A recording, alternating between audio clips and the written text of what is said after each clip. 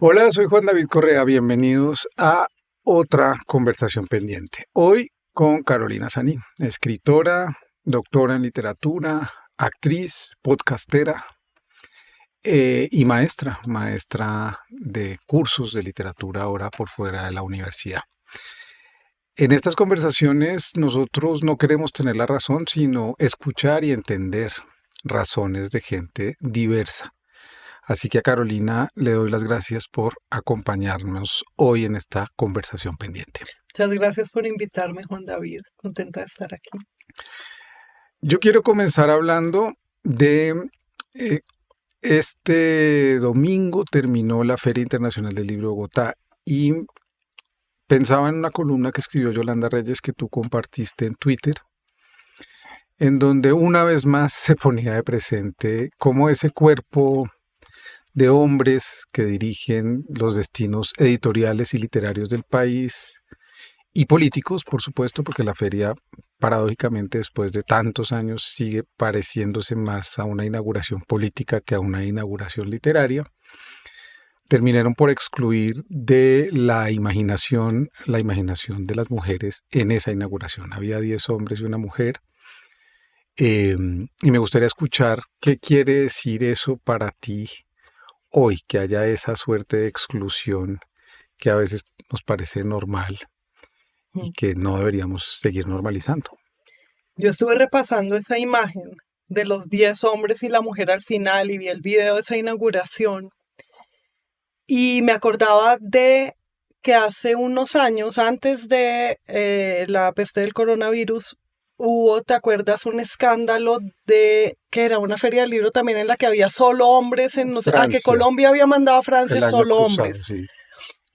En cambio ahora pusieron a una mujer y esa presencia de una mujer como un signo de puntuación ambiguo y al final que era un punto, una coma, unos puntos suspensivos, un signo de interrogación porque además estaba al final de la fila de las corbatas. Me parecía como imagen impresionante porque era un tributo, como el pago de un tributo si hay una mujer, pero una.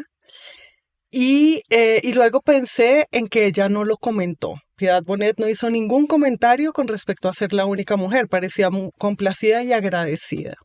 Y entonces yo pensaba en cómo es precisamente esa imagen, la de que haya una mujer y les deba su lugar a 10 hombres. Era perfecta la imagen, lo que crea una subordinación o perpetúa más bien una subordinación y un agradecimiento por parte de las mujeres, porque es la elegida, ¿no?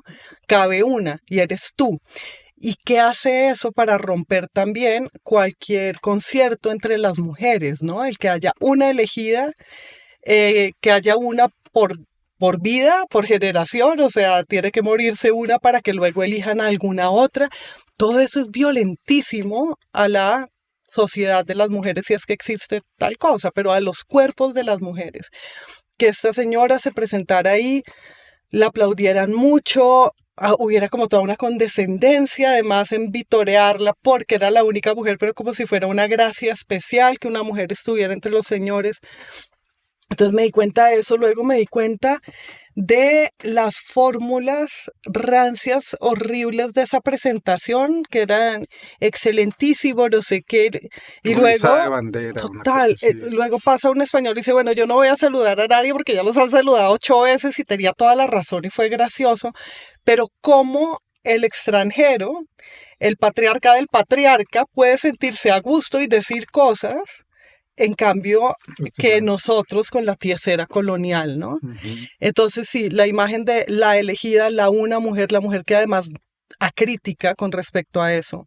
Y yo creo que ha habido un retroceso con respecto a hace unos años. Creo que muchas mujeres habríamos hecho un escándalo con respecto a eso hace unos años. Acá Yolanda Reyes escribió afortunadamente esa columna.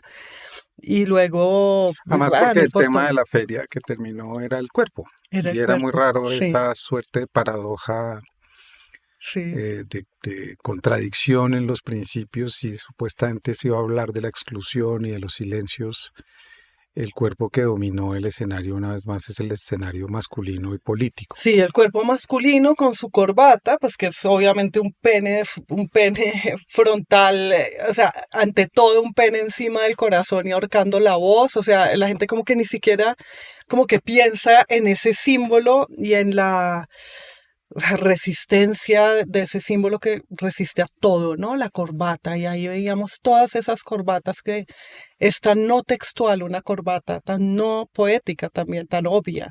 Y tiene que ver Entonces, con algo que has dicho en otros lugares que he leído y es la idea de esas corbatas como una fraternidad, como un mm, pacto patriarcal sí, eh, de lo masculino que también opera en lo literario y en la literatura y en la industria editorial y es de lo que quiero que empecemos también a hablar, sí, porque a veces suponemos que en lo cultural estas cosas no operan y no funcionan y son distintas y ahí hay un espacio, si se mm, quiere, para esas otras voces y resulta que una y otra vez estamos viendo cómo se repite en todos los escenarios este pacto sí. fraterno. Sí, el concepto mismo de fraternidad, ese concepto de la Revolución Francesa, es fraternidad entre hombres, porque de hecho la idea de que haya unos hermanos es la idea de que haya unos hermanos, hermanos de padre, porque precisamente nosotros llevamos el apellido del padre cuando existe y nos concebimos, esa es la raíz del patriarcado, como hijos de un padre más que de una madre, cuando realmente no se puede constatar que alguien es hijo de un padre, sino solo de una madre. Pues o sea, un padre obviamente también, pero ¿de cuál, no? Entonces, el insistir y el formar fraternidades es, Juan David, un pacto que reafirma una y otra vez el patriarcado y que alivia una y otra vez al patriarcado de su inquietud, que es no hay hermanos de padre, solo hay hermanos de madre, ¿no? Entonces, la fraternidad y en ese sentido la sororidad también son términos patriarcales para mí, Ujú. que pueden reemplazarse por el de comunidad. Cualquier cosa que no sea familia, ¿no? Justo hice hace poco un monólogo sobre el abuso de el término de familia para oprimir a los empleados en las empresas, para fidelizar, bueno, pero esas fraternidades de hombres, entonces se cohesionan también con quién sabe qué lealtades, ¿no? Y Ujú. hay hombres que eligen a hombres más jóvenes para que sean los siguientes en sus cofradías. Y es un pacto para mí de mediocridad. O sea, hace poco también hice un largo monólogo sobre un escritor colombiano. A mí me parece que ese escritor colombiano al que aludí no está solo en su mediocridad. Realmente me parece que está lleno aquí de escritores mediocres y consagradísimos, y escritoras también. Y entonces el pacto se basa también en que nadie se diga al otro, en que nadie pueda verse y en que nadie le pueda mostrar al otro que está desnudo. Bueno, es la vieja fábula. Y si alguien señala la mediocridad es más peligroso que si alguien pone una bomba o sale armado, ¿sí? Porque entonces se hace una grieta a través de la cual se podría ver y se podría ver básicamente un fraude. Pero vuelvo a la fraternidad. Yo he usado un término, pues jocosamente, que es cacorrocracia, cacorraje, cacorrombia, etcétera, para aludir a ese engarce entre hombres que sí es un pacto sexual, porque además yo creo que muchas veces tiene que ver con un deseo reprimido, de hecho homofóbico, no homosexual, esto no tiene nada que ver con que esté criticando la homosexualidad, al contrario, un deseo reprimido entre hombres y un consentimiento mutuo de misoginia, ¿no? Y unos engarces aquí de, de deseos represados que se vuelven realmente violencia y exclusión. Hay mujeres que sirven para ese pacto porque son suficientemente agradecidas o porque, y ahí voy a la segunda parte de tu pregunta sobre los espacios, o porque ocupan el espacio que está dedicado y reservado a ellas. Y entonces tenemos académicas que pueden ser mujeres de muchos campos y de muchos estilos diferentes, pero ninguna de las mujeres aprobadas, realmente, realmente aprobadas, constituye una amenaza para los hombres. Son ahijadas. Cuando tú te revelas, cuando tú incomodas, que lo haces frecuentemente y lo vienes haciendo hace ya bastante tiempo, te dicen arrogante, te señalan como alguien que se cree más. ¿Qué piensas de cómo opera ese pacto de expulsión frente a ese otro que incomoda y que yo creo que tiene el derecho a incomodar? Porque si no hubiera crítica dentro de los campos de las artes y de las culturas y de la literatura, por supuesto, pues el destino de esto es dramático, ¿no? Si no hay voces que nos digan, oiga, es que esto no para sentar la última palabra, sino para que podamos hablar, precisamente, ¿no? Y ese es el punto. O sea, a mí me encantaría que la gente discutiera conmigo y me encantaría leer críticas a mis críticas y oírlas. Pero en vez de eso se hace cada vez más un consenso, la ilusión de un consenso en el que se finge, y no digo el público en general, que me escuchan y no voy a pretender que no tengo espacios, tengo mi monólogo, o me oyen todo lo que digo, lo que sea, pero hay un estamento, el estamento literario que finge que no existo, ¿no? Entonces prefieren eso que, siendo gente de letras, dialogar conmigo o tratar de rebatirme o creativamente insultarme, como habría hecho Francisco de Quevedo con cualquier opositor. Es como si renunciaran a la palabra en pos de una violencia de cuerpos, justamente, de omitirme. Y bueno, y yo te he contado, no lo vamos a repetir aquí, pero instancias específicas de personas específicas que una y otra vez, pues, tachan mi nombre de todas partes. Eso, entonces voy a lo otro, la arrogancia, que se conecta con esto, porque eso desde luego duele, y desde luego que me ha hecho ver mi propia naturaleza, porque es, o sea, algo autodestructivo tengo que tener, que sigo haciendo esto para que me sigan sacando. Pero por otra parte, también me hace pensar en mi fortaleza y en qué me protege, y me protege la lengua. O sea, yo sí creo que me he convertido en una especie de guardiana del español, no de las formas correctas, sino del conocimiento de la lengua y de su observación. Y en cuanto a arrogante, que me creo mejor en muchas cosas. Me creo mejor escritora, definitivamente. Me creo mejor lectora, sí. No voy a decir quién, pero me creo bastante muy buena. Y eso tampoco se soporta aquí, casi que una mujer pueda decir, yo soy muy buena en esto, realmente puedo pensar esto, puedo hacerlo bien, ¿sí? Eso también cuesta porque está la falsa modestia o verdadera modestia, que es peor todavía. Pero también soy consciente de que lo que hago, a la vez que arrogante, es un servicio. A mí se me acaba de venir a la mente la palabra anatema. Uh-huh. Lo que es declarado anatema en el Antiguo Testamento es pues lo que hay que sacrificar, pero porque solamente Dios lo puede tocar. Es lo dedicado solamente a Dios. Entonces mira que el anatema, que es lo intocable, se vuelve también algo que inspira miedo, uh-huh. ¿no? Y reverencia, que es algo que por supuesto no quisiera, pero es esta cosa, sí, un amigo mío decía que cuando cierta escritora mayor y muy famosa y que figura a veces entre 10 hombres, me veía por ahí, tenía cara de ver a la muñeca diabólica, o sea, y era verdad, o sea, como que yo siento un terror de parte del otro. ¿Tú o el otro? No, yo siento el terror por parte del otro, o sea, siento que me tienen miedo. Que es injustificado porque nunca he sido descortés con nadie físicamente. Yo he presentado libros de absolutamente todo el mundo. Algunos me han gustado, los que no me han gustado les he sacado punta para sacar lo mejor de ellos. Nunca he sido descortés con alguien y siempre he tratado de ser hospitalaria. Es lo principal para mí, de poder albergar al otro. Entonces ese terror se refiere a que, básicamente a que he denunciado fraudes. Y para mí eso es un servicio, porque además solo me cuesta. Uh-huh. ¿Me entiendes? Yo no recibo premios, solo recibo castigos. Y sigo haciéndolo. Y sigo haciéndolo, Juan, porque puedo. Porque sé que ser libre tiene un precio muy alto. Sé que lo decidí pagar hace mucho tiempo y gracias a Dios sigo teniendo con qué pagar ese precio. Y Cuando la gente critica esa suerte de lugar de enunciación en donde tú una y otra vez insistes estar, y es decir, yo quiero cuidar la lengua porque la lengua es el pensamiento, ¿cierto? Es la música de nuestra mente, digamos.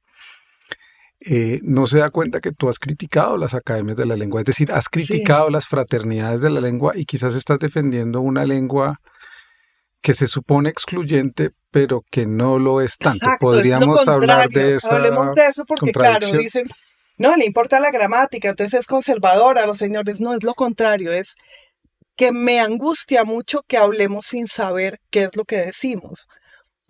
Entonces creo que la gente debería conocer la estructura de su lengua y saber qué es lo que dice, porque si no, justamente estamos alienados, somos productores alienados, que repetimos fórmulas de la publicidad y fórmulas de las redes sociales y fórmulas de la demagogia.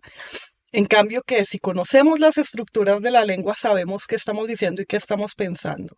Además, precisamente mi interés por la lengua no es excluyente, no es como proteger un club. Los señores de la Academia de la Lengua ni me interesan, ni saben mucho de la lengua hoy en día tampoco, sino proteger la lengua, no protegerla, observarla y Ujú. dialogar con ella como espacio público, como el primer espacio público que une a los vivos y a los muertos, además, que es hermoso. O sea, para mí es pensar en una lengua que ha preferido decir las cosas de cierta manera durante 1400 años más o menos. Sí ha preferido y se ha transformado, desde luego, y se sigue transformando, pero según ciertas preferencias de ella. Y eso es, la gente dice, no, es que la lengua está viva, entonces digamos sabían.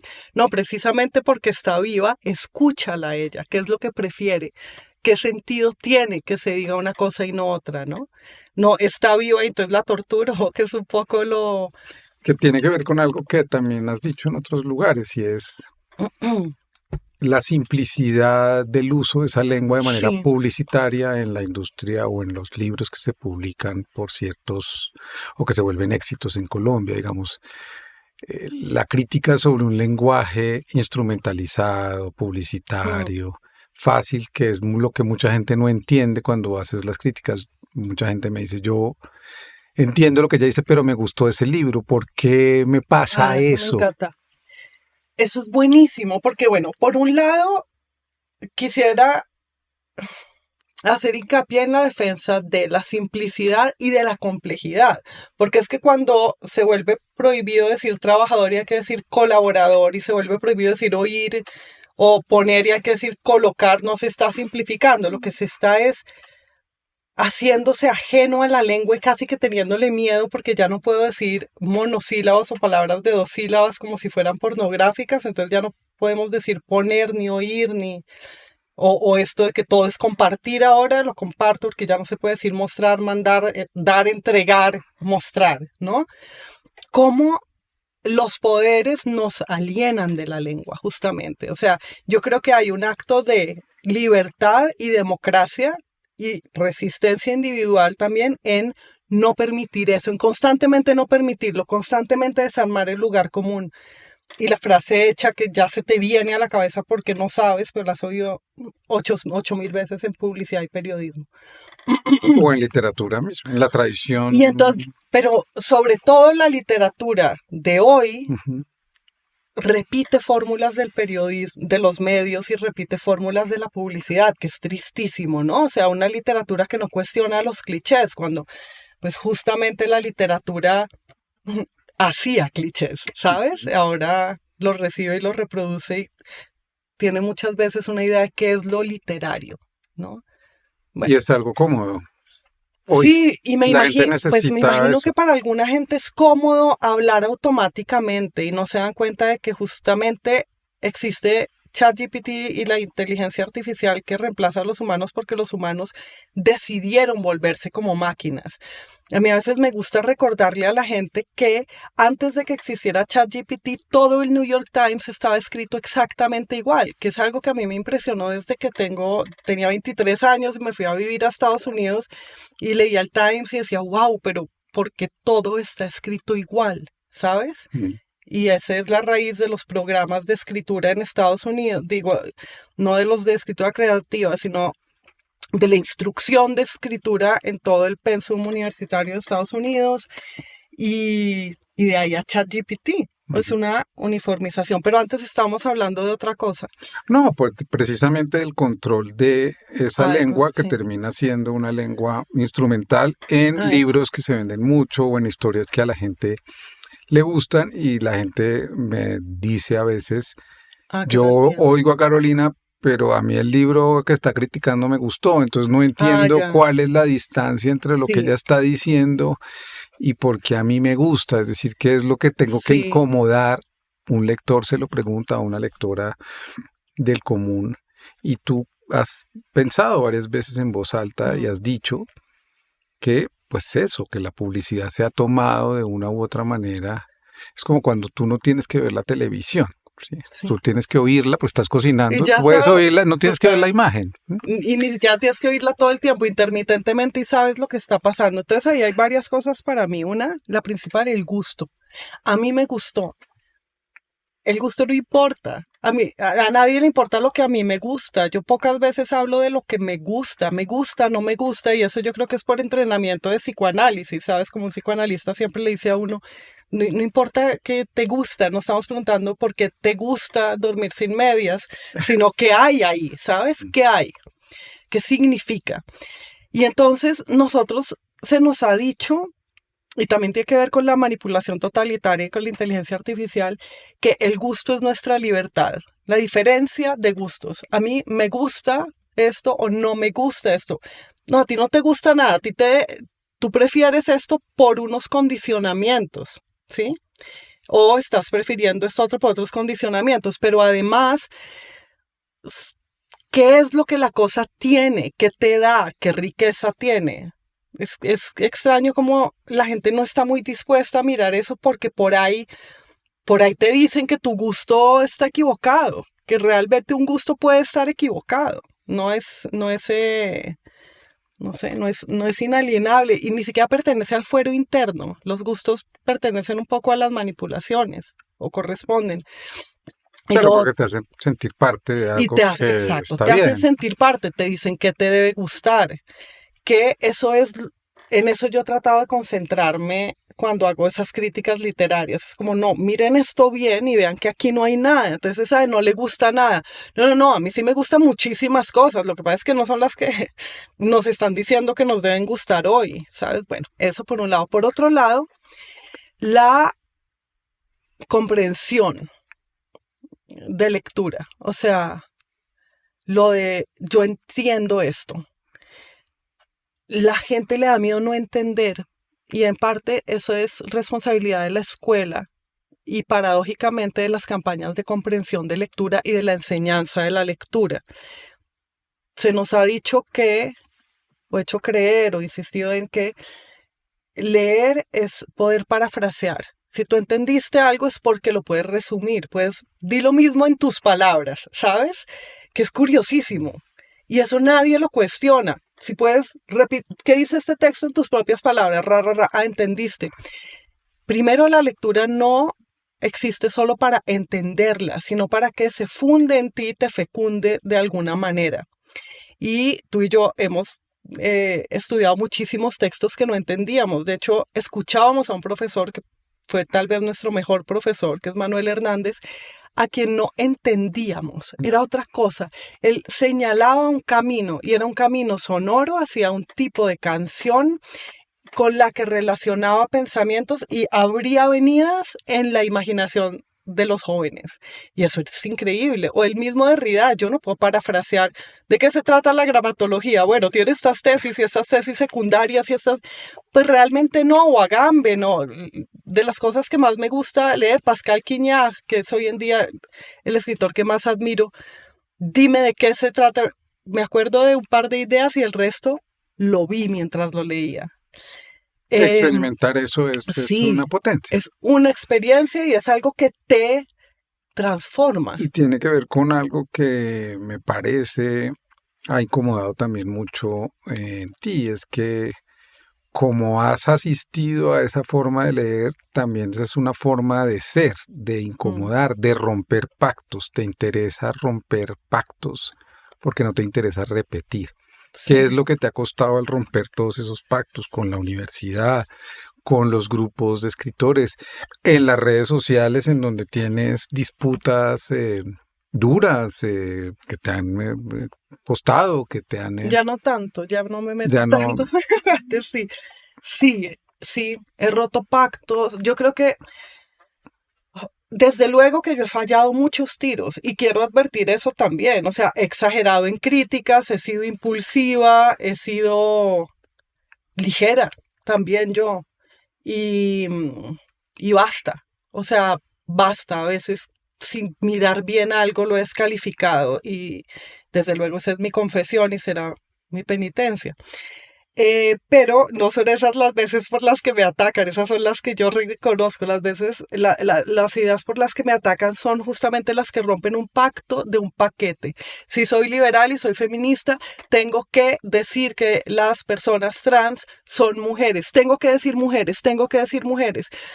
O si no, no respeto sus derechos. Y yo me he cansado de insistir, sí respeto sus derechos. Tienen desde luego los mismos derechos que todas las demás personas.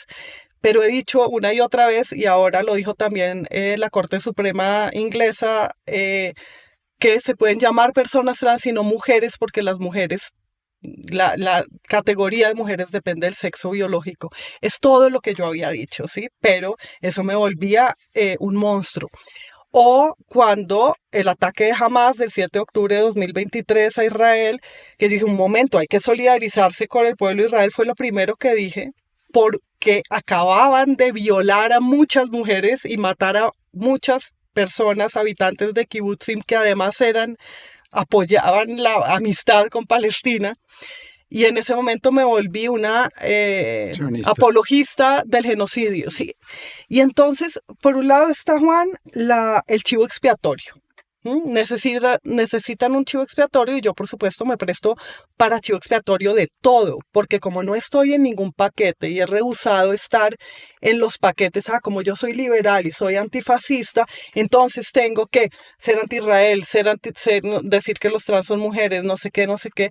Y no, puedo seguir siendo liberal y ser anti-Trump, pero decir que a mí me parece que Israel debe existir, no como Trump quiere que exista, o no como muchos sionistas quieren que exista, pero sí como otros de pronto. Y al Y el sentirte matiz, atacada, ¿no te radicalizas tú también? eso pasa muchísimo. Y esa es una trampa en la que uno cae y en la que no sé si los que lo atacan saben, creo que tampoco que uno cae. Es como la perversidad de ese sistema, ¿no? Porque si a ti te dicen, sí, porque odia a los trans y entonces luego vienen 500 trans a decir, a amenazarte, activistas, o que se hacen pasar por, no sé, entonces te radicalizan y dicen, pues sí, y dices, pues sí, no, nada, yo sé. Y eso es súper peligroso y por eso ya no me engancho he madurado y no me engancho en esas discusiones Todo lo que tanto. estás diciendo es muy interesante porque nos lleva a algo que creo que es parte de esto que es este ejercicio que yo quiero hacer y es la complejidad de una crítica cultural. Y voy a insistir en la palabra complejidad porque no es evidente hacer crítica cultural hoy a las costumbres, a las formas, Sí. a las ideologías y a las palabras, por supuesto.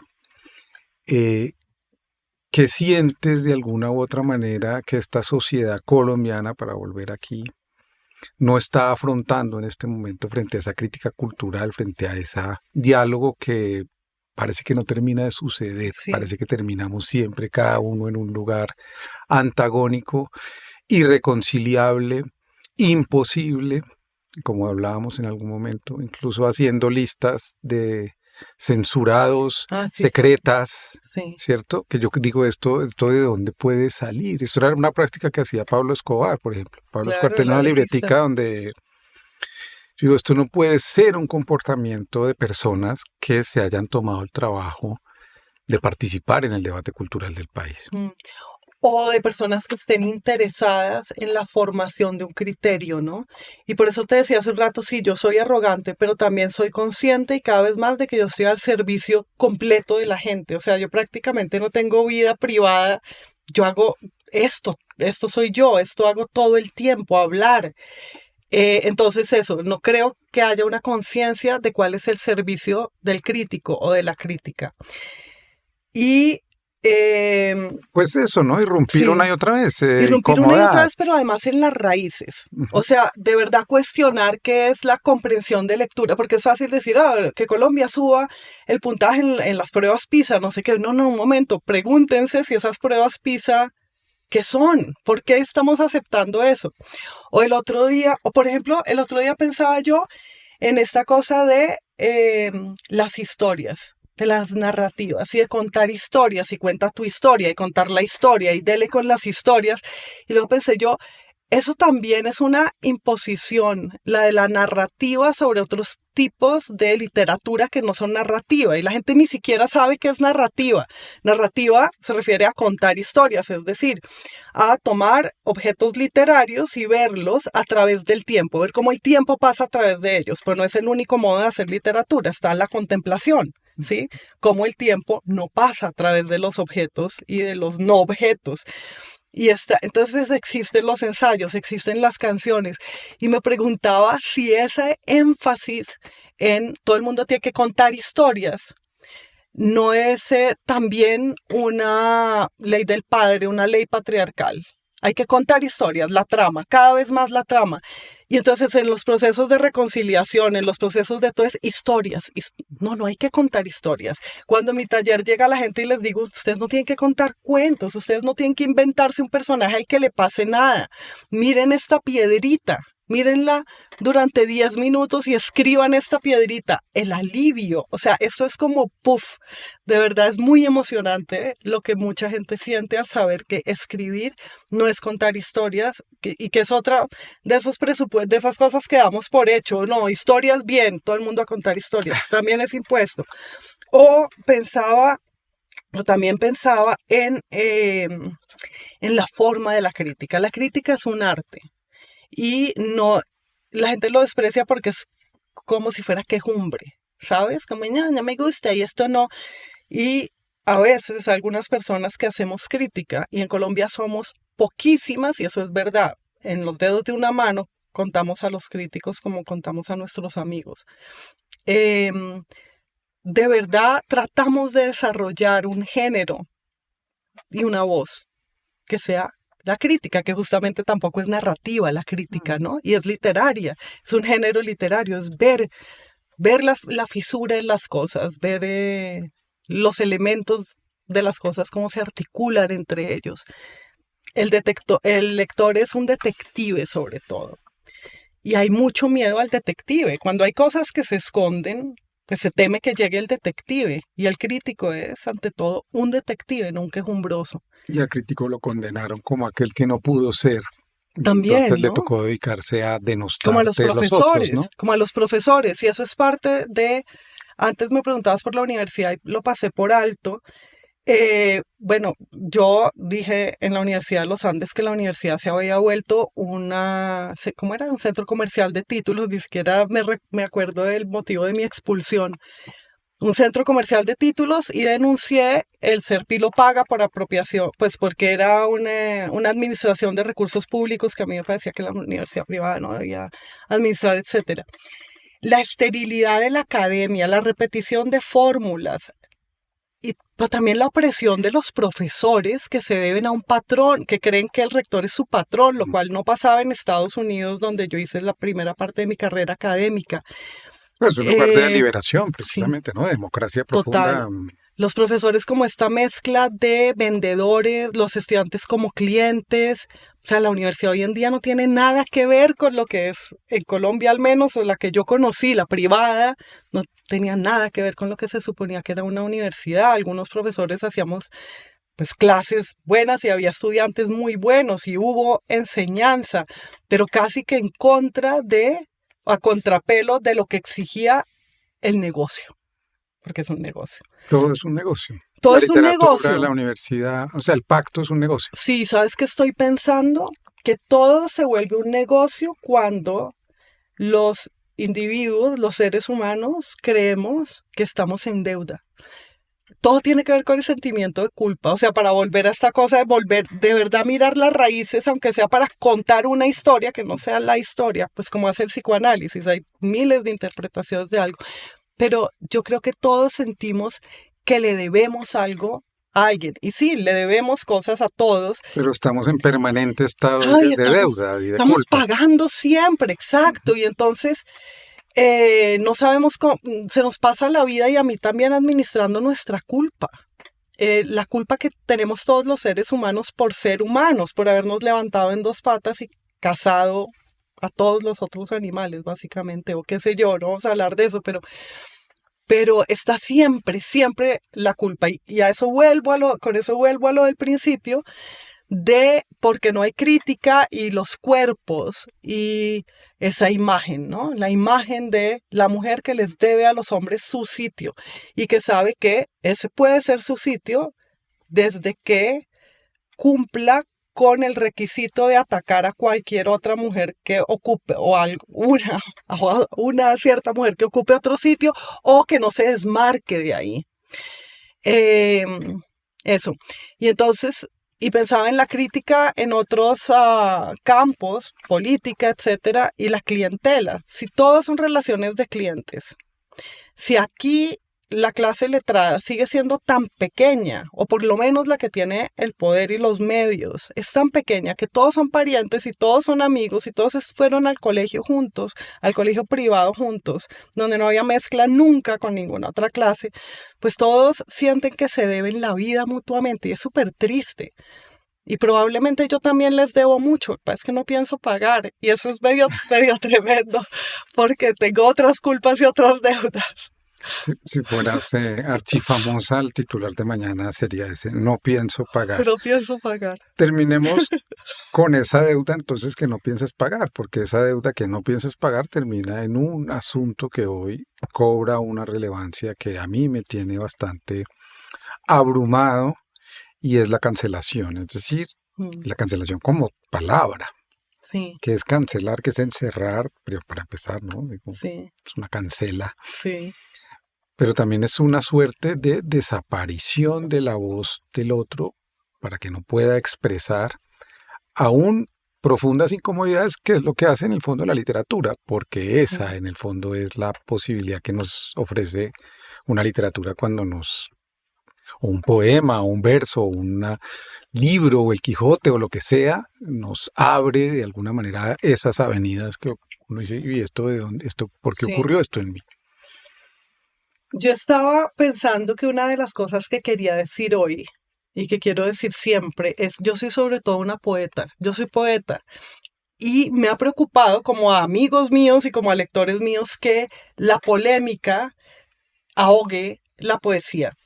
No en mí, sino en los lectores, porque la polémica hace que mis libros muchas veces sean prohibidos realmente. O sea, casi que literalmente, una editorial mexicana que iba a publicar 2 de mis libros canceló la publicación un mes antes de tener que publicarlos, porque yo había dicho esa opinión de que el sexo de las mujeres se define con el sexo biológico, el género lo define el sexo biológico, en fin.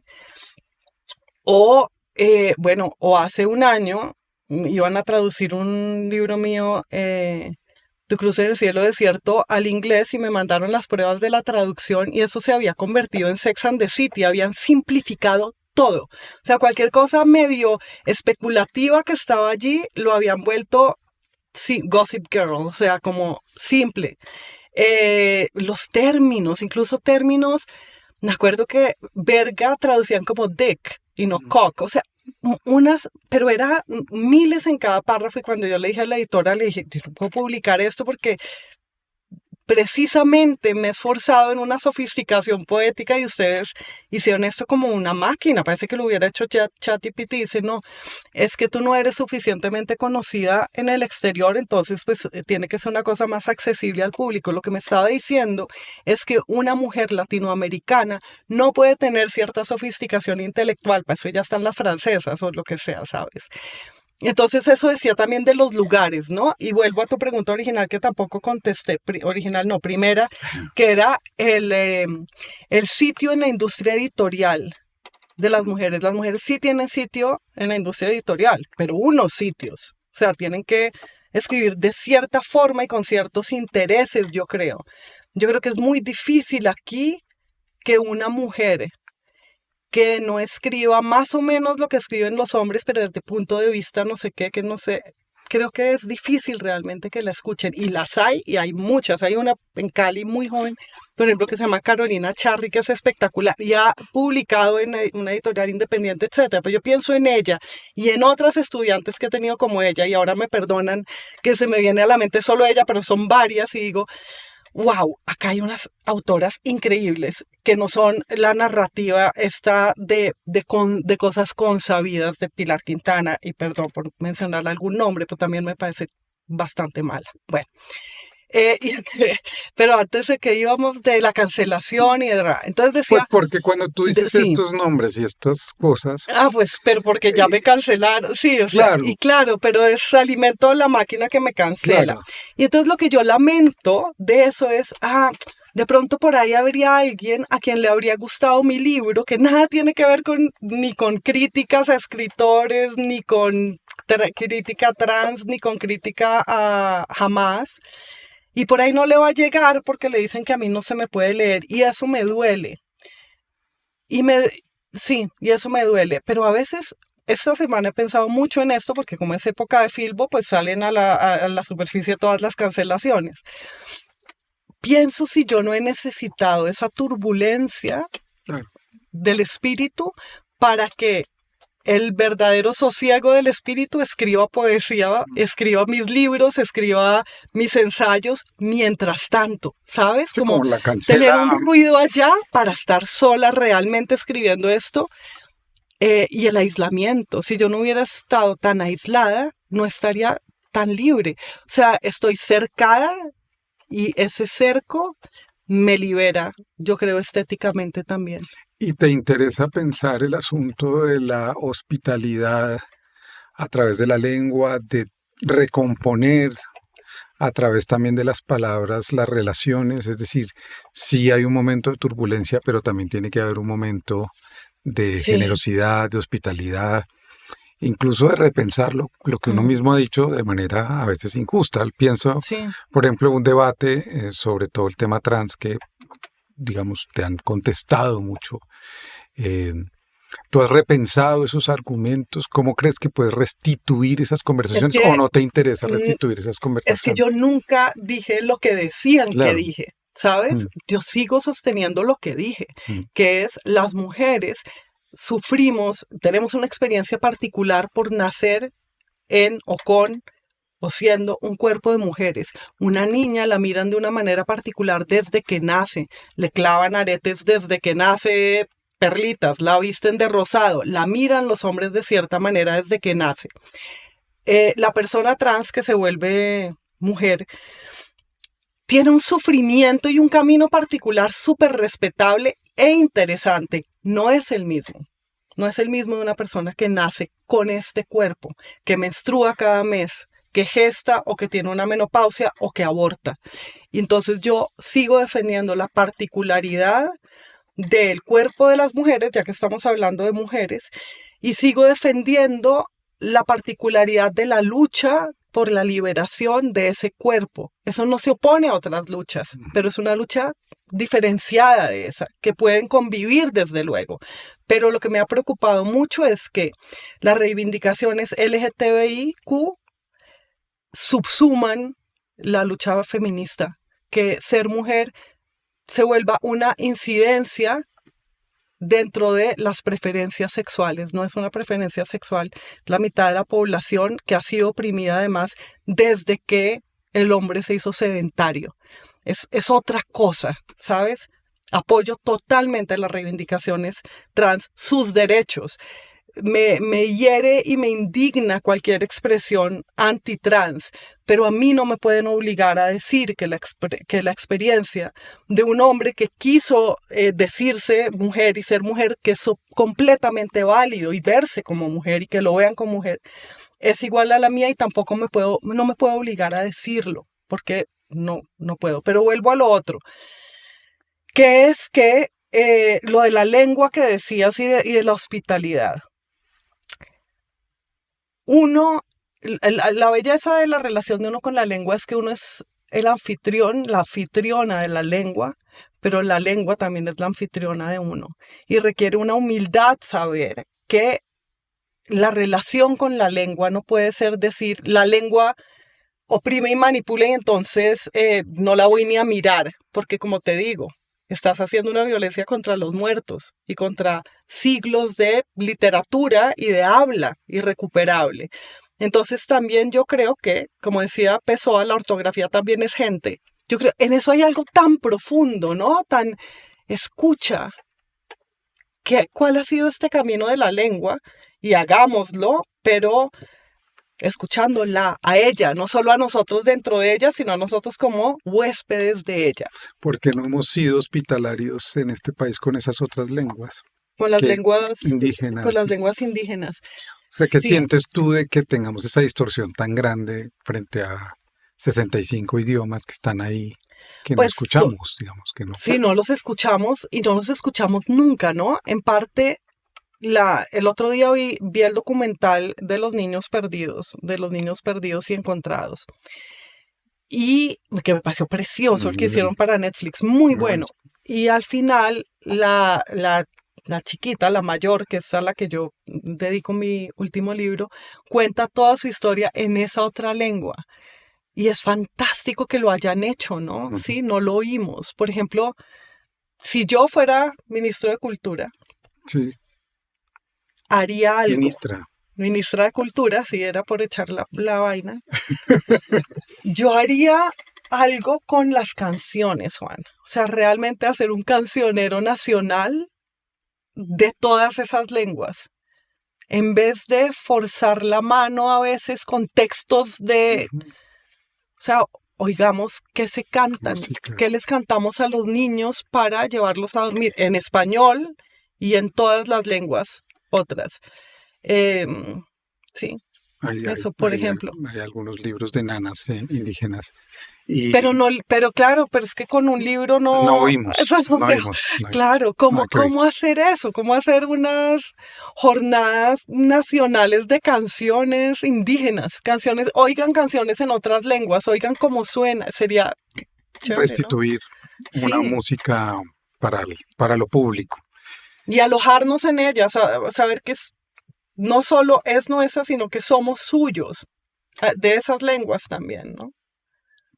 Pues yo te quiero dar las gracias. Creo que ha sido un diálogo provechoso, complejo, en donde quedan muchas conversaciones pendientes realmente, porque yo creo que en el fondo lo que me ha mostrado a mí este intercambio es que es necesario pensar con otros, es necesario sentarse y no llegar a ningún acuerdo ni a ninguna falsa definición, sino activar un poco estas derivas para ver que todos tenemos dudas, todos tenemos certezas, Y yo creo que el tema, por supuesto, de la lengua, hoy deberíamos empezarlo a examinar de otra manera, porque la lengua también ha sido un motor de exclusión muy grande en este país, y no precisamente por lo que se empeñan en decir, es decir, que hay como una suerte de club de letrados y los demás, sino precisamente porque no hemos prestado la suficiente atención. Precisamente porque la gente debería ser dueña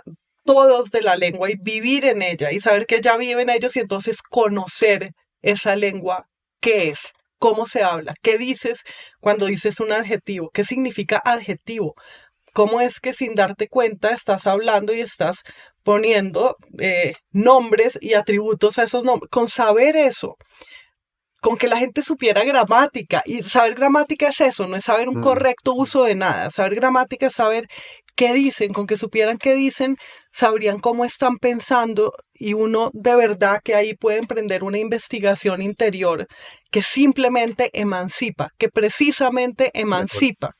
Es lo contrario de lo que suelen decir. Gracias, Carolina. Gracias a ti. Y a ustedes gracias por estar aquí, escuchando, oyendo una nueva conversación pendiente. Nos vemos la próxima. Recuerden, los miércoles a las 7 de la noche y los domingos a las 7 de la mañana. Nos vemos.